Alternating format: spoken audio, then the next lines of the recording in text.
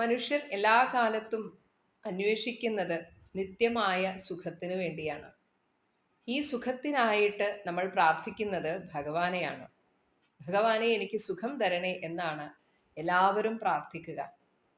എന്നാൽ നമുക്ക് സുഖം തരേണ്ട ആളല്ല ഭഗവാൻ. ഈശ്വരൻ നമുക്കതിനായുള്ള വഴികൾ പറഞ്ഞു തന്നിട്ടുണ്ട്. അതാണ് നമ്മുടെ പുരാണങ്ങളും ഇതിഹാസങ്ങളും ഒക്കെ നമുക്ക് സമ്മാനിക്കുന്നത്. അപ്പോൾ നമ്മൾ ചെയ്യേണ്ടത് ഇതെല്ലാം പഠിച്ച് എങ്ങനെ സന്തോഷം കണ്ടെത്താം, എങ്ങനെ സുഖം കണ്ടെത്താം എന്ന് ആ വഴിയെക്കുറിച്ച് നമ്മുടെ ഋഷിമാർ എന്ത് പറയുന്നു എന്ന് മനസ്സിലാക്കുകയാണ് ചെയ്യേണ്ടത്.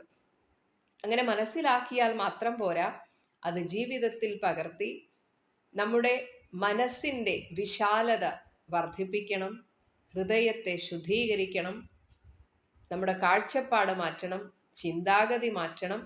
ഇങ്ങനെയൊക്കെ സംഭവിക്കുമ്പോൾ ഉണ്ടാകുന്ന ഒന്നാണ് സുഖവും ശാന്തിയും. അതിനായിട്ട് ഭഗവാനോട് പ്രാർത്ഥിച്ചിട്ട് കാര്യമില്ല.